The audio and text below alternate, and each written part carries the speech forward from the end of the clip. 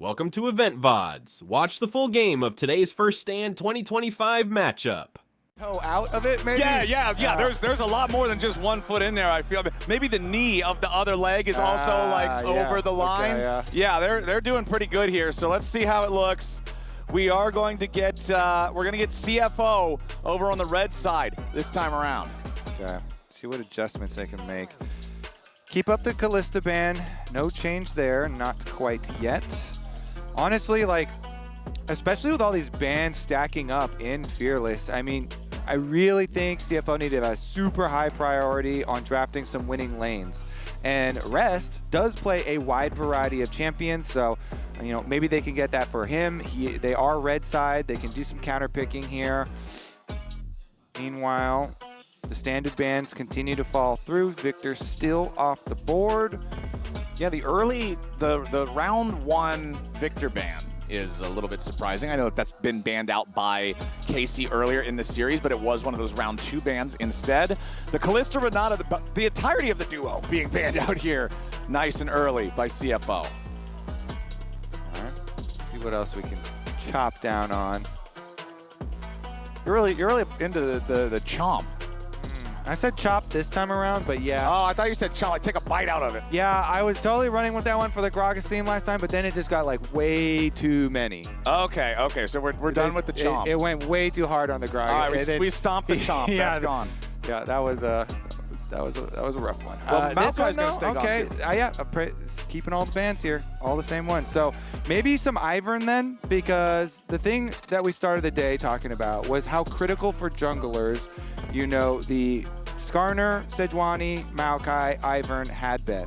Yike just had an amazing performance on Pantheon as well, which was not on the list, but was even more effective than the aforementioned take lineup / support jungle lineup.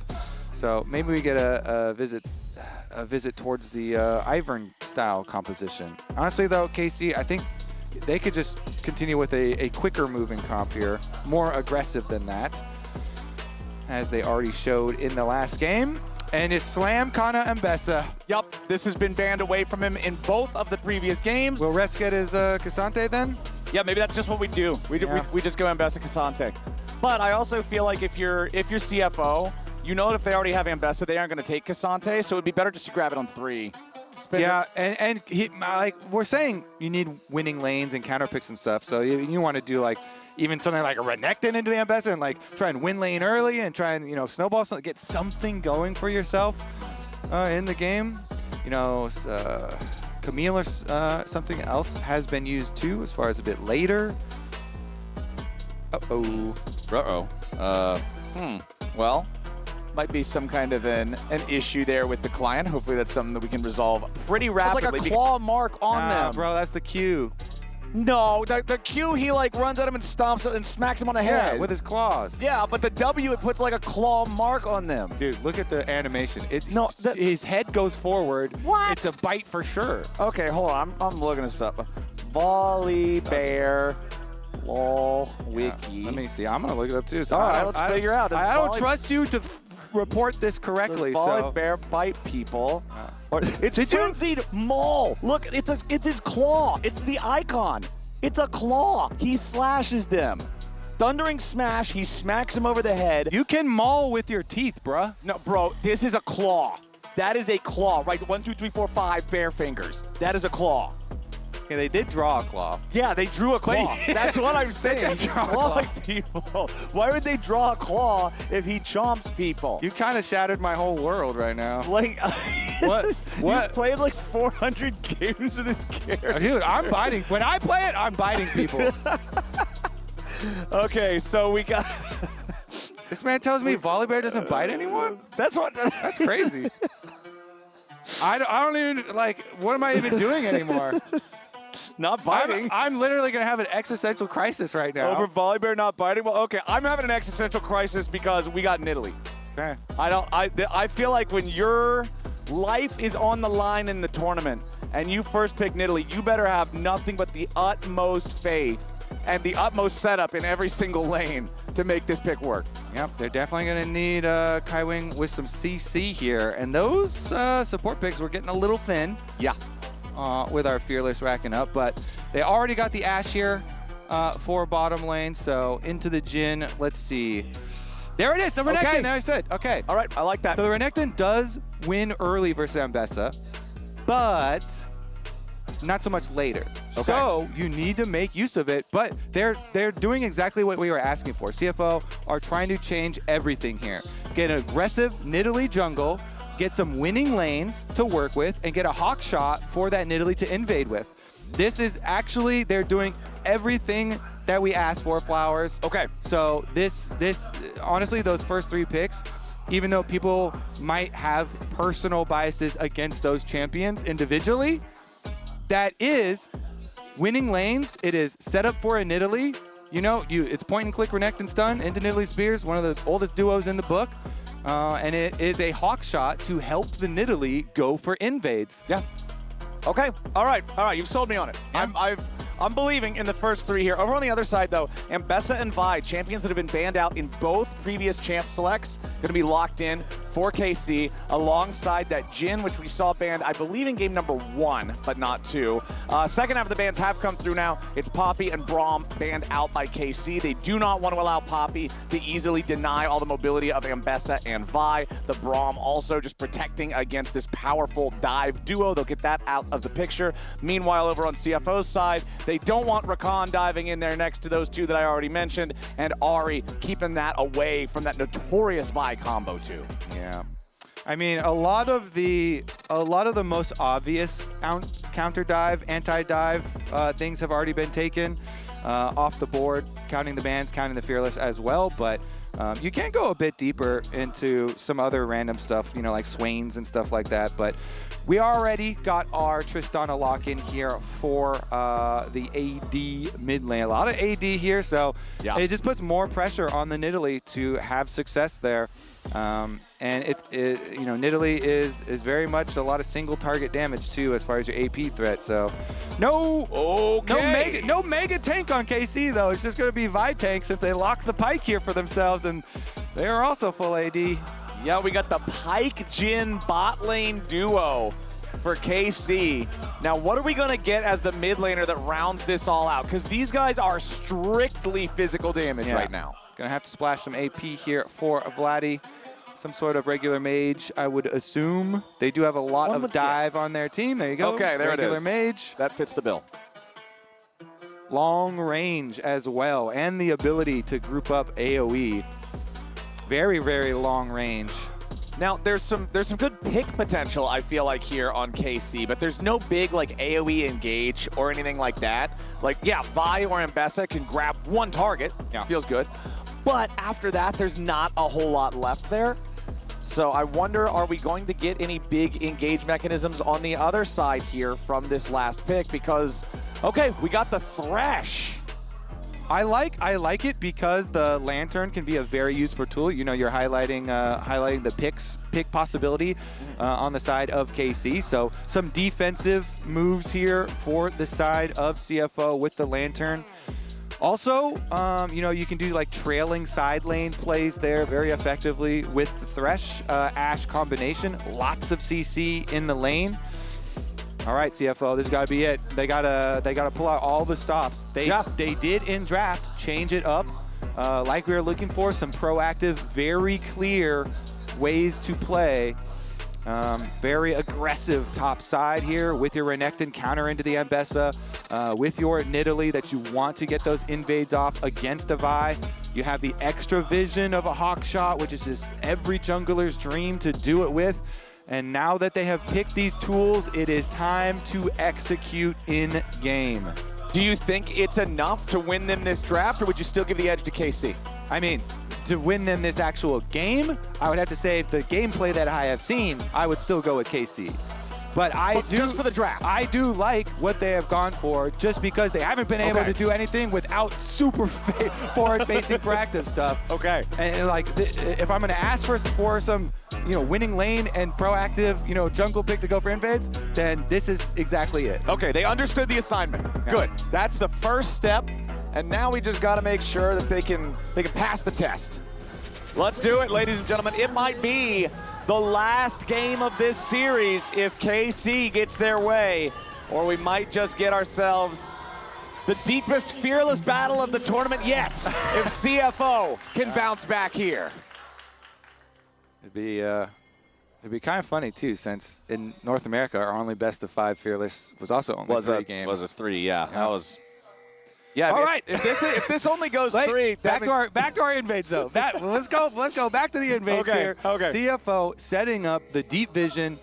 Nidalee, they want to have full information here so he can get invading early. This champion is so good at even doing solo invades. And since they, this time around, do have this super strong Renekton lane on top side, they do have some very good lanes for themselves to work with.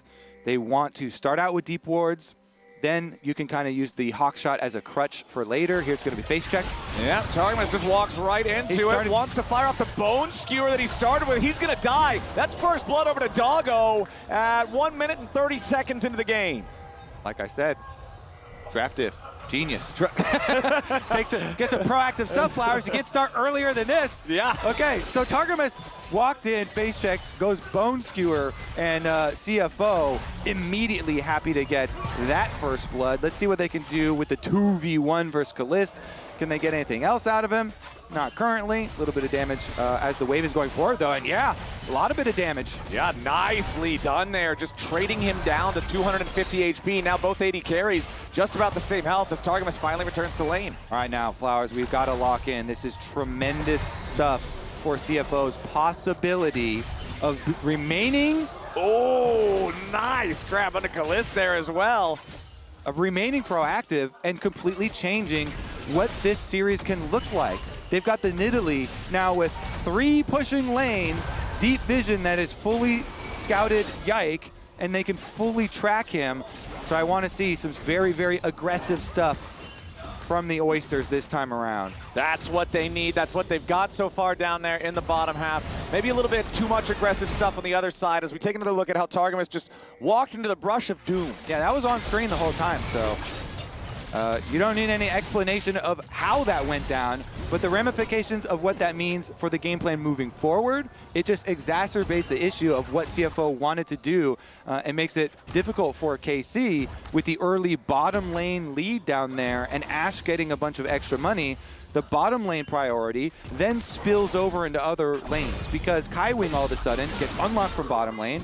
He can go mid lane. He can even trail around going up top side if he really wants to. And you get to make more consecutive plays and just lends itself to the snowball here that CFO want to and need to get done in this game. All right, Nidalee's first finally going to meet up with Yike here, right over the wall for Jinja. And with his pushing lanes, immediately going to exert control over the Scuttle Crab, grab that one up. Yep, I want to see how well that they can combo this Renekton and Nidalee as well. You already talked about Renekton wins early against Ambessa, but later on things start to get a little bit dicey, so let's see how well those two can link up early with the spears plus guaranteed Renekton stun combo and really try to just get rest accelerated at the same time. Make sure that everybody's staying on that faster tempo that when CFO was winning all their games, they were doing it with this quick pace. They were doing it with all this aggressive play. Targamas going in after Honkyu, who jumps back over the wall, flashes away from the follow-up stun potential of the Pike. Oh, nice Vault Breaker flash from Yike. And again, the KC jungler is getting it done. That was beautiful. Also some redemption for Targamas here. Able to set it up. He burns the flash himself, allows for Yike second wave of the gank to get in, and Yike knows there's no way I'm missing this. You have no flash, you have no rocket jump, so Yike easily invests his flash to get paid as well. And you said it, this guy, Yike has gone from liability at the beginning of the tournament to one of the biggest reasons that they're winning these games. Yeah. Massive, massive performances from him. It's such an impressive change. I legitimately thought for the first 2 days of competition that he was having the weakest individual performances of any player at first stand. And then you get to the top Esports series, and he just completely flips it on its head.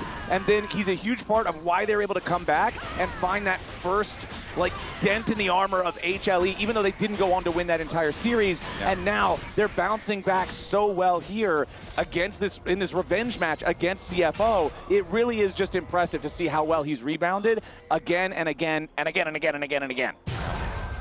Our old League of Legends saying, as the old League of Legends saying, if you get hit by that, you got to flash. the old League of Legends saying, lose is improve. That's what KC did this tournament. They lose and then they improve. All right, there's a control ward on that dragon, but I don't think CFO will care too much about it. They just place their own down as well to keep vision. Now let's see. After that first blood, I thought it was going to be more of a snowball off of bottom lane, you know, and allowing actually Kaiwing to have the bigger effect, but really Targamas made up for it there with his Pike Roam, gaining a lot in the mid lane. It changes how Tristana has to play here with no flash anymore. But rotation up to the Grubs is going to happen regardless, as both supports make their support roam timers up to this Grub fight. It will be Vladdy who's on the way faster from mid, as Junja and Yike still ready to fight over these. Junja doing a good job there, lands the spear to secure that next Grub. Vladdy, Yike, and Targamas taking their exit now. The last Grub being left in the pit as Junja turns his attention over to the Scuttle Crab first to pick that one up. Still has one smite charge left to go. The first two Grubs, one to either side. So this should end up being a 2-to-1 Grub advantage for CFO. Yep, Yike got his one with the smite, so don't have to stick around any longer down there. There we go, 2-to-1, nicely done. Nobody's on the Drake early on this time around, as both of our AD carries just keep on farming up. There is the slight gold lead for Doggo, but it's just about what you would expect from First Blood with the plus 300, so not a whole lot to write home about there as Kalis continues farming up on this Jhin. Remember, this is the champion that he was playing in that single game win against HLE where he had the 18 kills or whatever, as Doggo is now in a little bit of danger, but the Lantern pulls him back to safety. Oh, beautiful bone skewer from Targamas. He threaded the needle like a magician, but Doggo's still going to get one back. Kallista's in danger. He had to flash to guarantee the kill, and now Kaiwing steps past him to try to get another one back. And there it is, Feat of Warfare claimed with the 2-for-1 in the 2v2 in the bottom lane from CFO. Woo, they barely get it there. Flash invested from Kalist to go for the kill and get it, and they still get the 2-for-1. Here's another look at how it started out.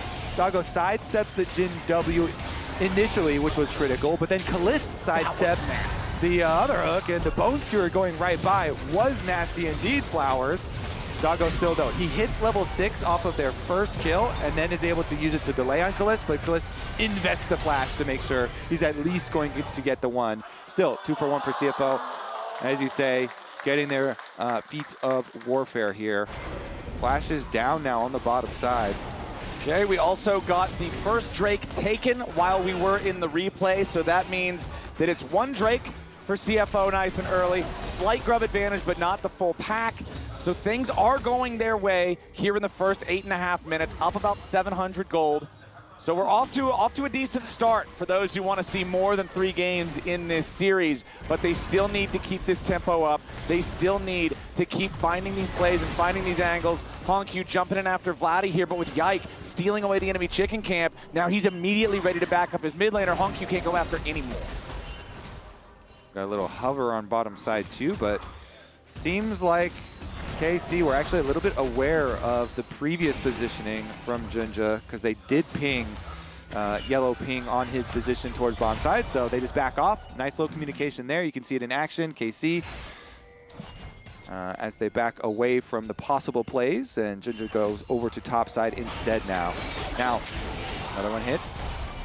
Nice, follows it up with a deadly flourish, but have to disengage. So, Kana has been doing very well in this matchup up on top side into the Renekton, and only thing he has to be worried about is the Nidalee. Yep. Nidalee is here now. It might be exactly what's about to happen. The spear lands on top of the stun. Kana with the flash away. Junja for the flash follow, and he takes him down with the execution there at the very end. 4th kill of the game for CFO. The Renekton and the Nidalee, a combo as old as League of Legends itself. Yes, sir. Junja finally getting paid, walking over there at the right time where Kana had gone behind tower. So much needed there for CFO, I feel like, because Kana had been doing quite well in that matchup as far as the CS had gone. And you can see a pretty distinct tempo advantage in the jungle for Junja. Is up about 4 camps. The jungle item also significantly far ahead with like the +5 charges. Here's another look at how Kana got caught. Yeah, and they had just done a KC yellow ping on the bottom side of the map where Junja was, but Junja right after that walked the entire way right up to red buff, and then red buff right over here as Kana showed going behind tower after that minion wave. So nicely done here from CFO, from Rest and Junja. They're gonna have to keep that up if they want to continue snowballing here. So are gonna get the next spawn as teleport does come out, and we're gonna have positioning ready. Okay, so there's no teleports available for either one of the top laners. Everybody on CFO that's not Renekton is hanging out up here in this top side river. Set of Void Grubs. First one's gonna go ahead and drop. Death Sentence over the wall, doesn't find anybody. Doggo continuing to poke with the volleys. As Yike bolt breaks forward, immediately going after Doggo. Tons of burst down onto the CFO marksman, but it's not enough to kill him. Kaiwing's the next target as he's executed by Targamas. A beautiful fear coming out from Vladdy, and Honkyu's gonna make his escape. He flashes at the Bone Skewer, but he's got to keep running. A deadly flourish from a deadly range. Honkyu still just trying to get out of this one as Targamas jumps on top of him, and Vladdy picks up the money. KC, 2-for-0 on the kills. Yike immunes the Ash Arrow with his Vi ultimate. So nicely done. Then gets out to the upper side, splitting up CFO, and Doggo's position kind of compromised over there. What a nice little snap trap from KC as they move in on those grubs. They get the punish. Now, though, on the reset, looks like, all right, not going to go for it. Kaiwing has no one with him. So it doesn't really mean much that they had that control ward in position. And he's trying to throw the lantern, but the Scuttle Crab's already been taken. Yeah, easy stuff there for KC as Rest versus Kana is going to break out into a full-on fight here. Rest trying to keep Kana around long enough for backup to arrive, but doesn't want to overcommit it. Death Sentence was predicting Kana to step back a little bit, but he just kept running straight on away. So another whiff there for Kaiwing as Doggo versus Kalist back over in mid lane. 80 carries again, just kind of on farm duty while everybody else is scrapping down here in the bottom side. Biggest gold lead in the game right now is for the Pyke. Let's take another look at how this started and what you said about Yike immuning that arrow. Yeah, and also Doggo's positioning, like that brush is the most dangerous brush in all of these grubs fights. And Doggo is so close to it that Yike was close enough to proc his ultimate, immediately clicked it, immunes the arrow, gets out to the top side, and then KC does such a good job getting their re-engage with the Pyke, with the Jhin. They get the chase down as well. KC up 1,000 gold now after this big swing, after grabbing those unanswered kills. And I critically think that they also got one of the grubs there too. Yeah, 2 grubs out of the 4, or 2 grubs out of the 6, excuse me. That's fine. Means your opponents don't get any credit toward the feats of, I don't even know what they're called. Feats Warfare? of objectives? No, Warfare. Wasn't Feat of Warfare specifically the killing one? That's all I got for you, buddy. All right, now the feats of grub fair. There's no grub on that one, so they're doing all right. But Junja throwing out another spear there as the second Drake of the game is alive. CFO had claimed the first one, but bottom side river control now belongs to KC. Junja can't really find a way to move forward as Targamas looks for the opportunity to go after Doggo. The curtain call is opened up. He's doing a good job sidestepping all of those shots. Gives him the thumbs up for it. All right, so they avoid death currently on the bottom side, but KC going to use that timer to take away as much vision as they possibly can and force another face check here from CFO. Yike and Targa right now, a lot of threat behind these two with the ability to engage and solo out a single target. Yeah. Yeah, they got to get out of there. Yeah, that lantern, very, very useful for keeping these guys out of danger. That spear just barely missing Targamas as he uses the deep water dive to get out of the way. Yike starts up the dragon. Junja again just trying to throw out these spears, land some kind of poke. Honkyu's got to be careful. Dodges away from the Bone Skewer. Dragon still at about 2/3 HP. Junja can kind of just fight this thing forever because he's got the heals that he can spam. Targamas, Yike, and Vladdy going to go ahead and secure the Scuttle Crab first. Doggo finally makes his way up to the fight. Both top laners ready to teleport in. It should be Kana that arrives slightly earlier, but Rest has also arrived. Now Junja's your target, immediately juggled around, but he turns right back on Yike, and he is down. The Hextech Drake stolen away by CFO. But what about the rest of the fight? Vladdy and Targamas stuck inside the pit. A beautiful bone skewer onto the pike, as now he's in danger too. Rest goes deep, trying to find the kill on the Kana. Targamas, Wombo combo just kills 2. Everybody's about to die on CFO. And just when it looked like the light was shining in the darkness, KC snuffs it out. Dude, and that Hui damage and the AoE on the grouping there, putting in work. Targamas able to cash in the pike with the biggest gold diff in the game. He gave him the first blood because he knew a game like this was coming. Gotta give him an early lead. Okay, so here's another look at it. Again, even beforehand, this Hui damage, this poke damage that he's getting done is real. Yike goes in, but Kana does not combo with him with the ultimate on Ambessa, and they actually just had the initial bone skewer. So then trapped inside the pit, CFO are like, all right, great. Let's move forward. We got the hook onto Pike, but he's able to dash away, stun them, and get the double ult reset. Kana's able to even flash over the outside. Honku still chases him down and makes his escape, but it's still a large victory there for the KC members, racking up a bunch of extra gold. Wow, 3,000 gold lead now for KC. CFO grabbing those dragons just doesn't feel meaningful enough, as Honku having to use the flash into the rocket jump just to try to get away, as Yike waiting around the Otacon pit. Kaiwing, Rest, and Junja just trying to secure this Herald, get this bursted down before KC can try to collapse and punish yet again. Doggo finds Kalist, plenty of damage onto him there. The arrow, though, immediately nullified by the cleanse, but it doesn't matter. Doggo has enough damage. Vladdy flashing away to escape any more follow-up. First turret claimed down in the bottom lane. Nicely done there by Kana, utilizing the chaos on the other side of the map. That was vicious from Doggo. Beautiful stuff. Runs straight into Kalist, forces his cleanse, immediately flashes to finish it as he goes for the blast cone there. Oh, Honku gets caught out by Targamas, the stun of the execution. This pike is ferocious. That pike is European, Flowers. Hailing back to the G2 days where everyone played pike. That was clean. Targa here, starting off, put on his own ankle weights, but since then he's taking them off, popping off with these ults. The symbiotic souls for himself, getting out there and everywhere. Okay, anyways, Doggo though, this was clean from him. Goes right up into Kalist's face, chases him down, forces the cleanse, and then as he goes for the blast cone, knows he can finish it and uses the lantern cleanly over the wall after he secures his kill. Nice stuff there from Doggo. And we got the immediate ulti after the rocket jump. The looks of shock. You love to see it as Rest. We're back to live, and he's about to be laid to rest. He barely stays alive thanks to Kaiwing providing the shield, and now Junja jumps in the middle of everybody, and Yike is about to burn down to the Leandries. A little bit more damage is needed. One auto attack to the face gets it done. Vladdy's next to fall, and the shutdown goes over to Junja. That's 2 kills for the side of CFO, as KC thought they could get the kill on the top laner, and man, it was so close, but they just barely miss out.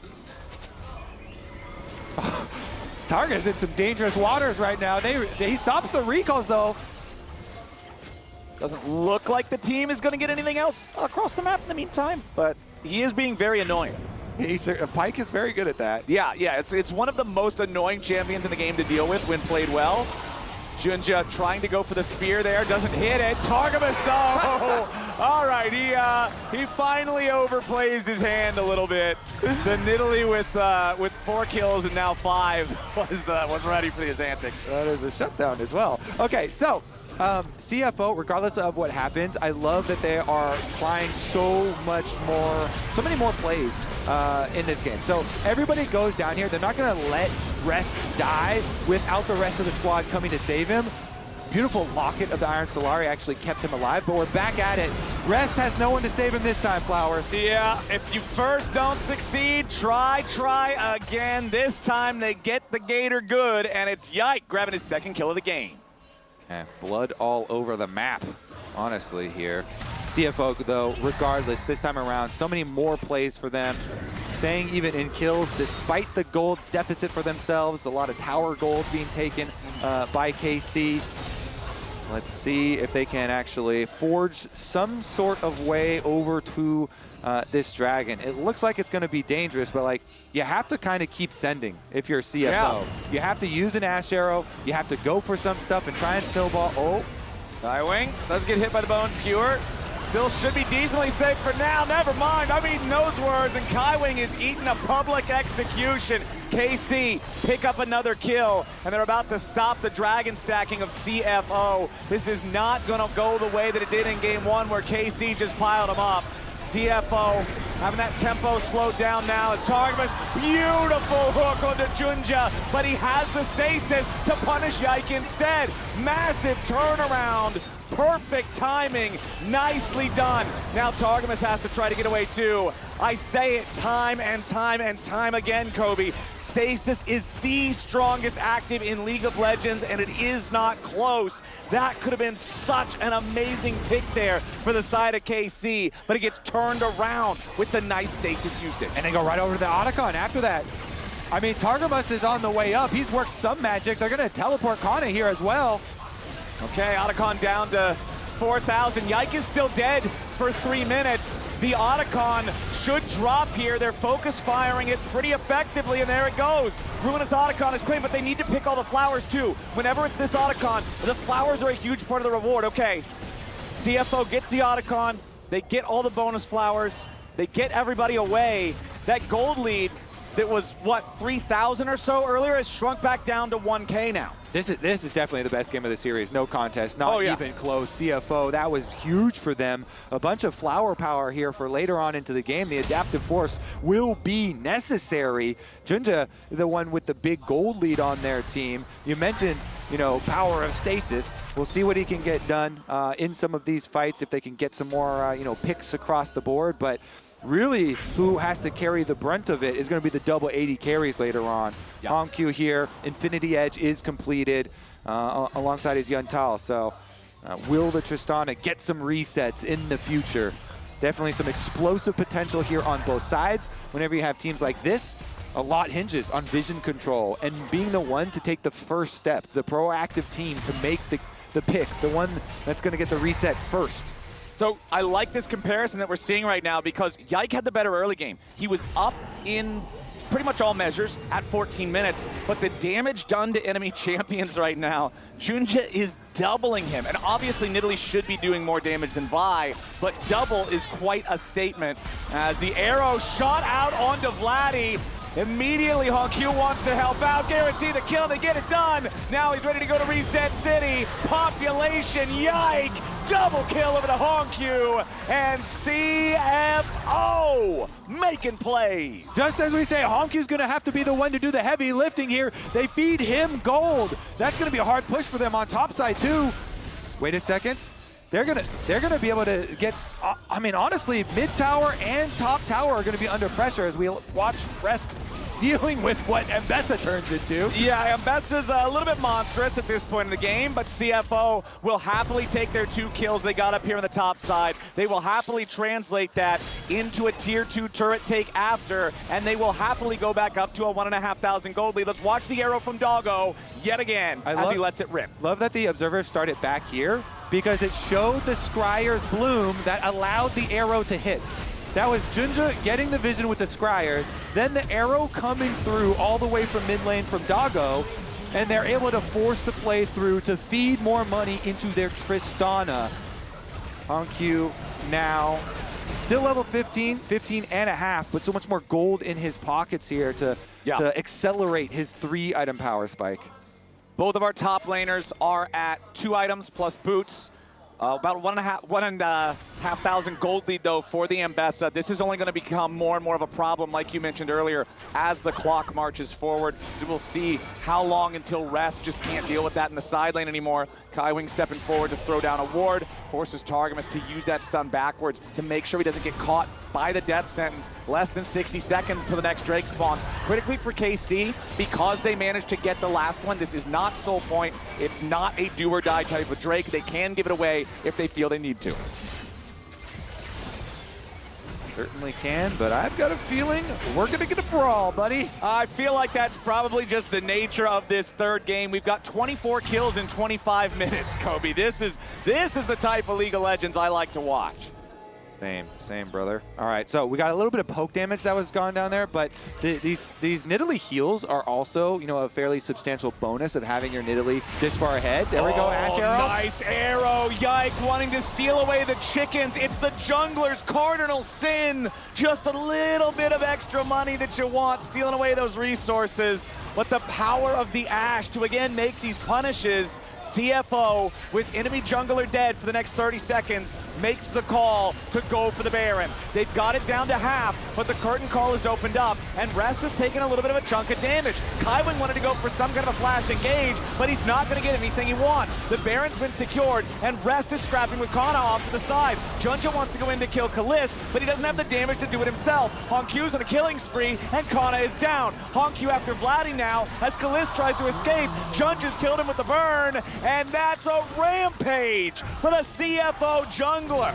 CFO aren't done yet, baby. That's a Baron. That's going to be the dragon for them as well. They want to push this series further. And they are looking like they're in a damn good spot to do it. Up almost 5,000 gold. Now they're at soul point. Watch this arrow on Yike. Yeah, watch Yike, who's level 13 in this clip.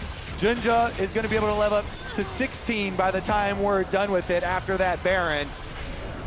All right, in the aftermath, though, of course, instant pick. Doggo deserves so much credit for these Ashe arrows that have been critical. As you said, Kaiwin was fishing for it as the Baron was going down. So it's a good timing for them still, because they get the Baron and they can chase forward. They don't let Kana escape, while Junja by himself on the other side of the map was going 2v1 versus Kalist. He takes him down. Huge stuff for CFO. Junja, when they really need it here, hulking out on the Nidalee, level 16. Yike is now leveled up to 14, so it's still only the 2-level lead, but massive stuff. This feels so much more like the CFO we've been watching for the past few days. It's what you were talking about at the end of last game, during the draft of this game, playing with proactive champions in a way that they can make their own decisions and be active early is just an entirely different look for this team, and it looks so damn good. Baroned up, pushing down mid. They'll knock out the tier 2 turret. KC hanging around with some vision inside these really close to the base wall brushes, trying to see if maybe CFO takes a greedy path, but it's not going to happen. Certainly not. Just the 4-1 split push here from CFO. Baron empowered minions sieging up on the tower. Yike actually the one to go for a pick on Rest. Yeah, they want to see if they can maybe get the isolated guy here. Arrow flies out from Doggo. Rest with the slice and the dice. Final shot from the curtain call ain't going to hit nothing. Junja jumps in again. This is the power of having a stasis. You just throw yourself in there, full yeet, and there's your delete. Hong Q on a rampage. Yike dead again, and CFO crack the enemy base. They'll take out that tier 3 turret and the inhibitor right behind it. There's no breaks. The war machine keeps going. They've got the wave crashing into the Nexus turrets, and they're starting to put the damage into the first. Junja's going to take the turret aggro here at the very start. He's stunned up, destroyed before he can ever even use the stasis. Nice shutdown over to Vladdy, but it's not stopping the push as a whole, because CFO, they'll knock down another tier 3, they'll knock down another inhib, and now they'll fall back. Yep. They can't end the game, but they do get those 2 inhibitors down. So you have to believe all that's left is resetting and getting to push up on top side to keep KC in their base. Here is the attempt, and this is a mirrored situation from what we talked about in the previous game, where if you're trapped inside your base, full send on the split pusher and try and get your pick, but they don't do it. And Junja's like, I have Azonias, and I am mega fed on Nidalee, so I'm not gonna let you get away with attempting to kill my top laner. Jun just jumps in, conquer Nidalee, they take one down. Of course, then he does get hooked under the Nexus turrets. Right, but we skip that part. Yeah, they cut that part. They cut the tape. Yeah, replay ended. All good.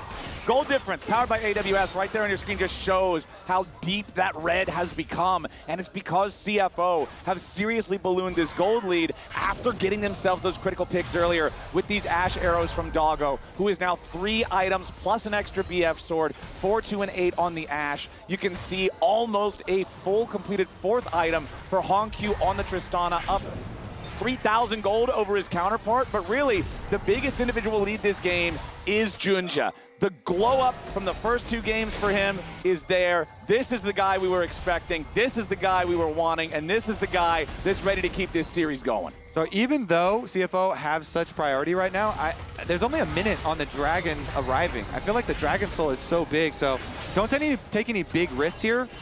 This is a critical moment. All right, they're not going to go for anything risky, not going to go for any sort of end. They just wanted to keep KC inside the base. What they need to do is ward up everything leading to the Dragon so that they can make use of Doggo's insane Ash Arrows, but... Yike, jumping in there, going for a crazy engage. He thought maybe he and Kana could get the pick on a Hongq, catch him unawares, but it ain't gonna work. Kana's dead now too. All right, Kobe, maybe they don't need the Dragon Soul. Maybe they don't need the Dragon Soul. With that being the state of things, KC thinking, okay, if we give away this soul, there's just no way. Hongq right in the face of Kalist, the 2 youngest players in the tournament, and Hongq comes out on top. The heal enough to keep him alive despite the severing bolt. Vladdy going for another one, but it won't matter. There's only 1 left alive on KC, and Rest is on the hunt. The volley flies out, the stasis to buy a little bit of time. 1 more play to bring him back. The fleeing Doggo will not matter because Hongq can get it done. Ladies and gentlemen, we're going to game 4. Hongq, the 17-year-old mid lane prodigy at the end.